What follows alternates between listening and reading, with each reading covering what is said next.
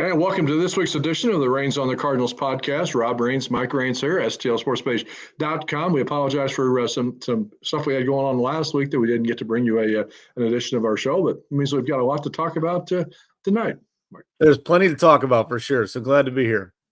Thanks, of course, to our presenting sponsors for the podcast, Rawlings Experience out in Westport Plaza, Archwell Health, AAA Travel of Missouri, and our title sponsor for the whole website, Drury Hotels. If you haven't been out to the Rawlings Experience yet, we do encourage you to get out there and check that out one of these times as soon as you can. I think it was interesting, Mike, you and I were both at the ball game today, Thursday. The Cardinals beat the Pirates 4-3. It was hot at the ballpark, but the Cardinals got the win, and that's what counted. It did. It was a nice game for sure. And it's nice to see, Andrew Kittredge at the back end of the bullpen getting a save here when you've, kind of used Helsley a lot the last couple of bits. So nice to see everybody contributing. Here's one of the interesting things I thought about the ball game today, and we wrote about it in the game report that's already up on STLSportsPage.com. Of course, it was a one-run ball game. Cardinals don't seem to play any games this year that are not decided by 3 or fewer runs. 17 out of the last 21 games decided by 3 or fewer runs. Cardinals have only had, and the good thing about that is they've had 11-6. They've gone 11-6 in those 17 games. 48 times, though, now in their 67 games that they have played this season, their winning margin or the losing margin has been 3 runs or less.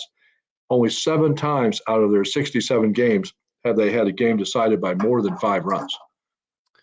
Yeah, I haven't gone back to look at past years, but that strikes me as being a very small percentage of games.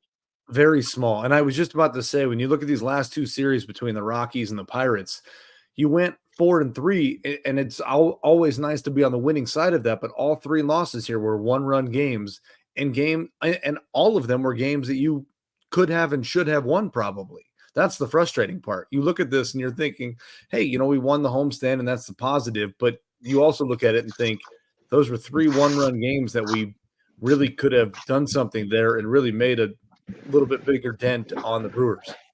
And the interesting thing, of course, the Cardinals now on their way to Chicago to take on the Cubs. The National League Central is such a crazy race. You can go from second to last in one day and then go back from last to second in the next day. So, everybody's chasing Milwaukee.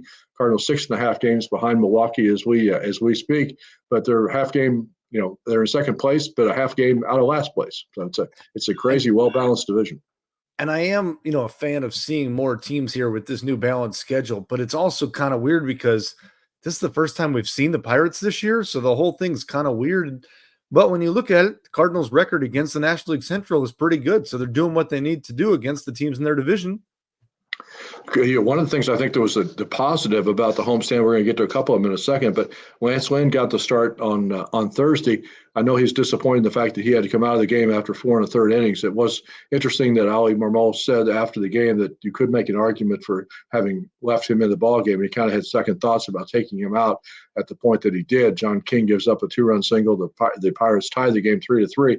As I said, the Cardinals go on to win. Brendan Donovan gets a home run in the 6th inning, which provided the winning margin of that ball game. But overall, though, the last turn through the rotation, the 5 guys that are currently in the rotation, with Andre Palante being the 5th guy in this homestand, 29 1/3 combined innings, 7 runs allowed, 8 walks, 33 strikeouts, a 2.15 ERA. I think you'll take that every time through the rotation. Absolutely, you will. And I'm sorry, Ollie, when you say that there's an argument to be made, there's no argument to be made. He should have been left in the game. I'm sorry, but 84 pitches at that point, he just got the strikeout. I understand the walk issues there, but you're trying to play the matchups and get it, and I understand that. But the whole point of Lance Lynn coming in, same with Sonny Gray and same with Kyle Gibson, was you want them to eat up innings, right?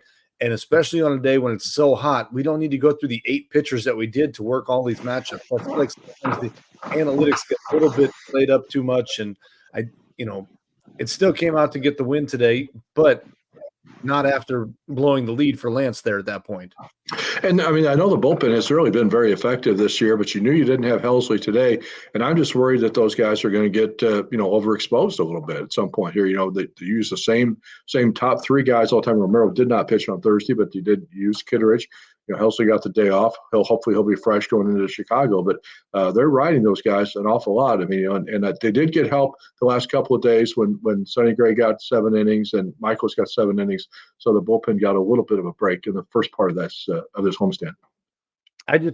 I feel like sometimes Ollie has to overplay that analytics card a little bit too much, and you see guys coming out in the fifth or sixth inning with only somewhere between 75 to 90 pitches, and the whole reason you got these guys is they're workhorses that can go longer than that. They understand that, and that's why they're here to save the bullpen from last year. So I think the other thing that'll be interesting when you talk about the bullpen is when Gio comes back here, how does he fit into this? Because Ollie has said from day one, Gio's our guy, Gio's our guy. So I'll be curious to see with the three-headed monster that we have going right now between Kittredge, Romero, and Helsley, how he works Gio back into that too.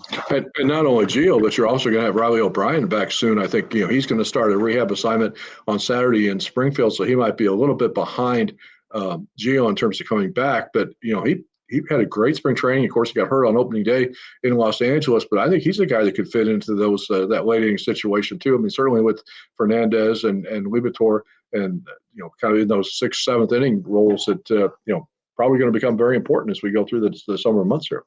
And hopefully those additions back to the bullpen will allow some of the guys to rest up and get their arms and not overexpose some guys like you had just mentioned. So maybe the fresh arms can help with that. Visiting with Mike Raines here on STL Sports Page, Raines on the Cardinals podcast for this week's edition. Don't forget, of course, coming up on Sunday is Father's Day. If you have some needs congratulations to all the fathers out there or anybody who celebrates that day. And if you have a need for a present, don't forget all the Fanatics items, the bobbleheads, and the giveaways, the City Connect uniforms.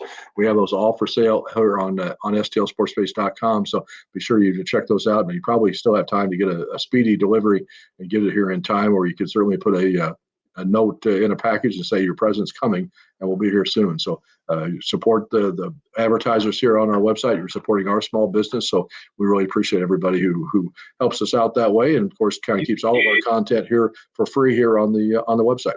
You skipped over the important day on Saturday, though. But there's also somebody's birthday's coming up on Friday. So one of the few times that they're not on the same day that we do have a joint celebration often in June for Mike Raines' birthday as well as Father's Day. So big combination of days. Yes.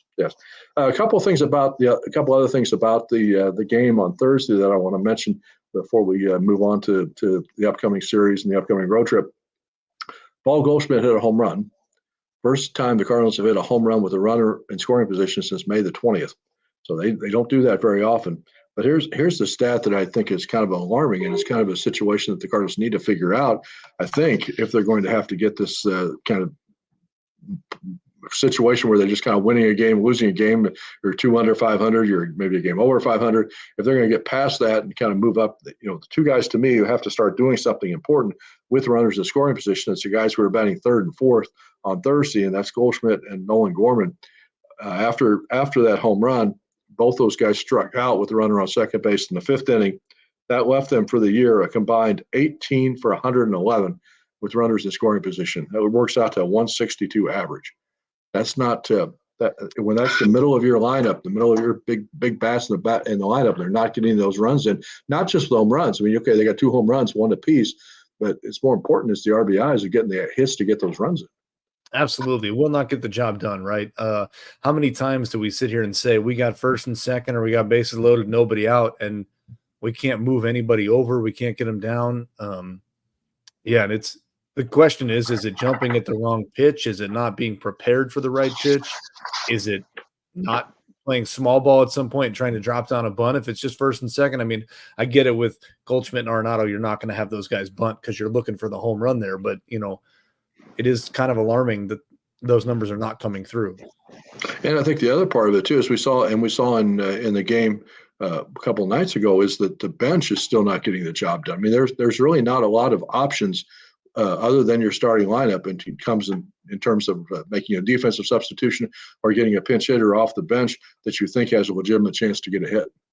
Yeah, speaking of getting guys back, this team really needs Lars Nootbaar and really needs Tommy Edman at some point here. And if not, I think you got to look at the trade market here and find another bat because, there's some guys there. But like you said, when your options are Ciani or Fermin or Carpenter or Crawford, they're just not getting it done.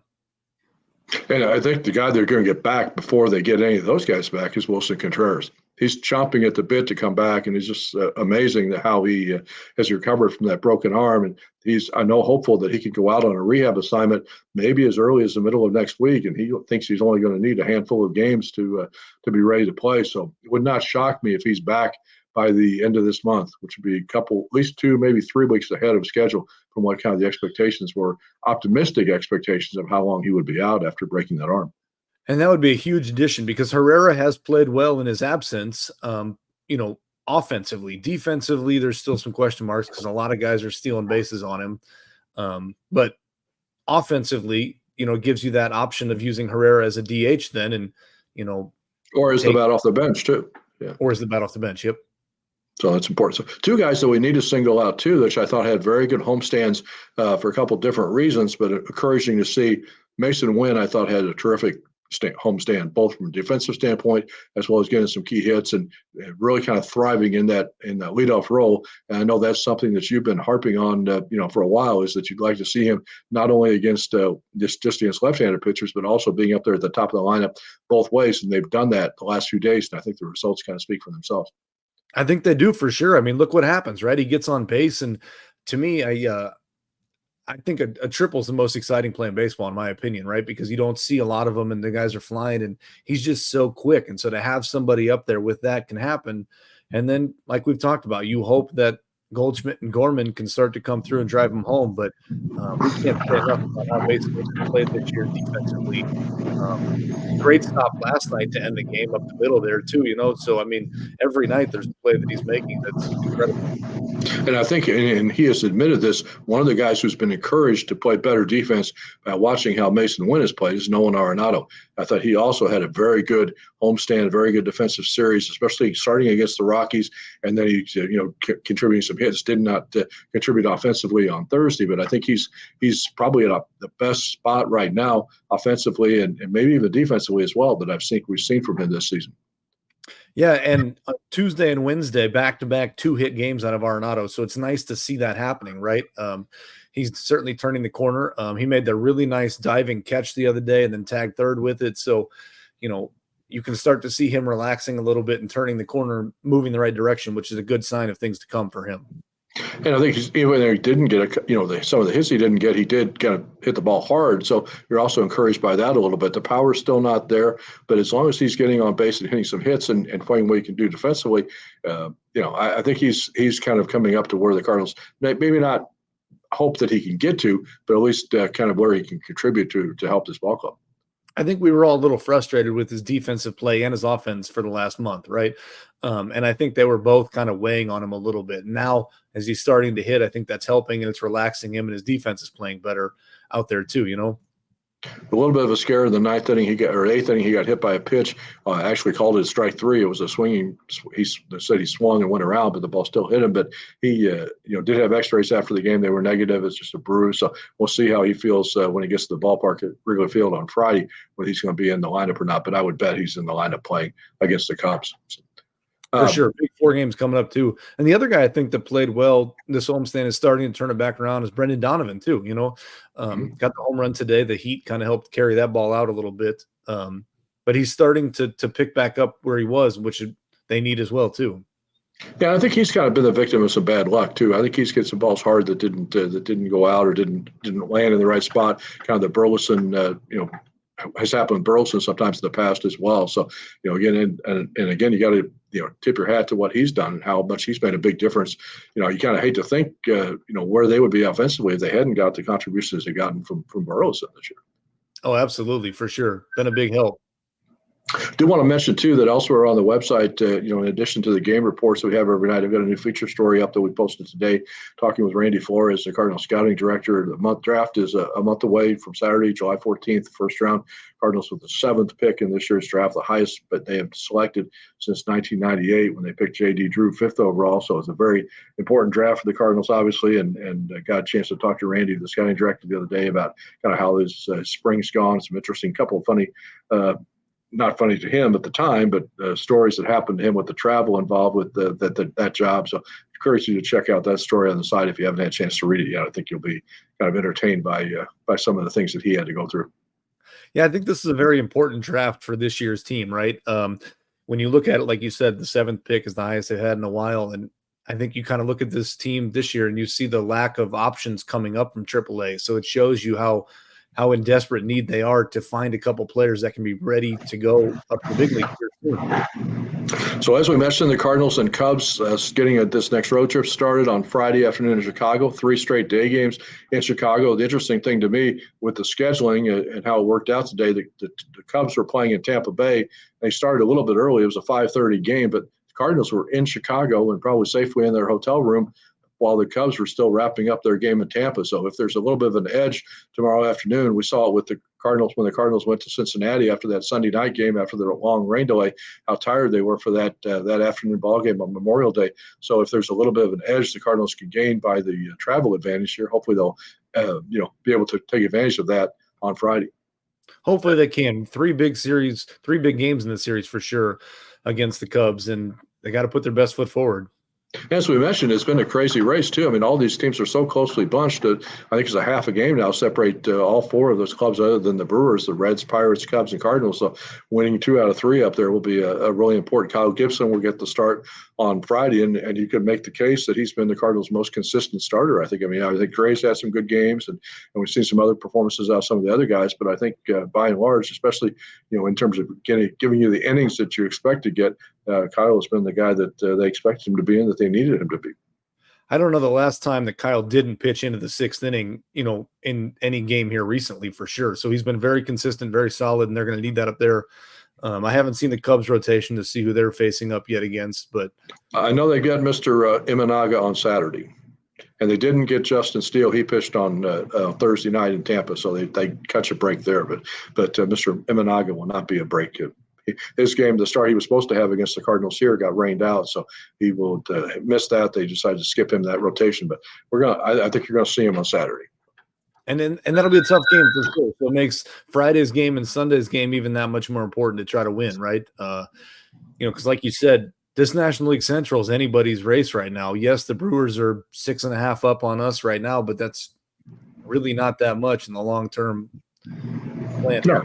But almost got 100 games, 90-something odd games to go. But the other thing, too, is that the Cardinals are in the midst of this streak, and we talked about it before, all these games against teams that were either 500 or below, because after the 3 games in Chicago, they go down to Miami for 3 games against the Marlins, and then stop and play the Negro League honoring game in Birmingham against the Giants on Thursday before they come back to play the Giants here at Busch Stadium. So this is still an important stretch, and if we kind of had hoped and you kind of thought about it when you looked at all these games and starting it off with the Rockies and Pirates, you thought, okay, well, maybe you can get a 5-2, maybe a 6-1 homestand to get that off, but unfortunately it's up 4-3. So not the start that you really wanted to this stretch of all these games leading up toward the end of the month. No, it's not. And at the end of the day, as long as you're on the plus side of the series and of the stretch, that's where you want to be. But you look at this last 2 series and it was 4-3, and it could very easily have been 7-0 based on all the 1-run games that were here. So this stretch coming up for these guys starting in Chicago is going to be very important. And then going to Miami, and we know Miami's struggling, so you have to take advantage of those games if you can. And I think the other thing that we're going to be watching this week is, in addition to the Cardinals going on, is, as we mentioned already, alluded to it a little bit, is the guys who are on the rehab assignments who are getting closer to coming back. Steven Matz is going to make another start on Sunday for Springfield, hoping to get up to about 50 pitches. So you probably got to have him get through that start, and then maybe one more rehab start before I think you're looking at him being able to be potentially able to throw 70 to 80 pitches in a major league game, and getting him back and getting him a start in the rotation. We mentioned Gallegos. We mentioned Riley O'Brien getting closer, and then perhaps Wilson Contreras by the end of the month. And then at some point, Lars Nootbaar and Tommy Edman. I know that I talked to Lars on Thursday. He said he is doing some baseball stuff. He's running and throwing, but has not started to hit yet. So you got to think he's probably a couple weeks away. Edman is taking batting practice finally now from both sides of the plate, but he's still probably a week or 2 away from maybe going out on a rehab assignment. So I would say you're still going to be without both those guys potentially for the rest of this month. And Contreras, we mentioned earlier, I think if you could get all 3 of those guys back potentially by the All-Star break, and you got to be ready to start the second half of the season with the team that you thought you'd have when the regular season began, and you're somewhere around 500, somewhere in the 5 to 7 games out of first place situation, you're still right in the middle of the wild card hunt, Cardinals would probably take that.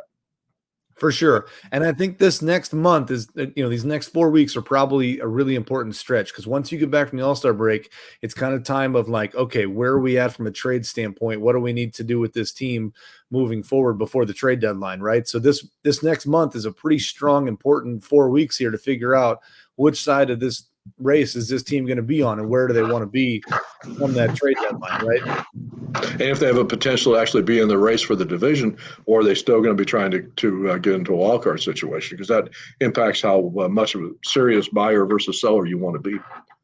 And it really depends on how some of these guys come back and fill in, right? Does Matz come back here and is a big addition to this rotation? So maybe they don't need another pitcher. Maybe they look for a bat at that point. Or if Matz is still struggling a little bit, maybe for a pitcher at that point. So that's why, to me, this next 4 or 5 weeks is really, really important to figure out those pieces together to know where are we going to end up on the plus or minus side of this trade deadline. One of the games I'm really looking forward to on the trip is that game in Birmingham at Rickwood Field, the site of the former Birmingham team in the Negro Leagues. I think it's the oldest ballpark still in use in professional baseball. So it'll be fun to see that game. I know they're going to wear throwback Negro League uniforms. So I really like the fact that the Cardinals have gotten some of these opportunities to be in these showcase games. They were in Williamsport a while back. I know they've done away with the Field of Dreams game. They haven't done that for the last couple of years, but they were scheduled to be in that during the COVID year. I hope they bring that back. And then, of course, obviously the trip to London. We saw the Phillies and the Mets in London here a week or so ago. Those games are fun. I think people get a kick out of them. It does seem like the DeWitt family really wants the Cardinals to be in a lot of those showcases, which is cool for us as fans too, right? Because seeing those games on a national spotlight is cool when your team's involved. Well, the Cardinals get this trip started on Friday in Chicago, first of 3 against the Cubs. We'll have all the action covered for you here on STLSportsPage.com. And thanks to Sally for producing the podcast here. And happy birthday to Mike. He's actually going to be in Chicago. So enjoy your trip up there and have a good day. And thank you for joining us here on the Reigns on the Cardinals podcast on STLSportsPage.com.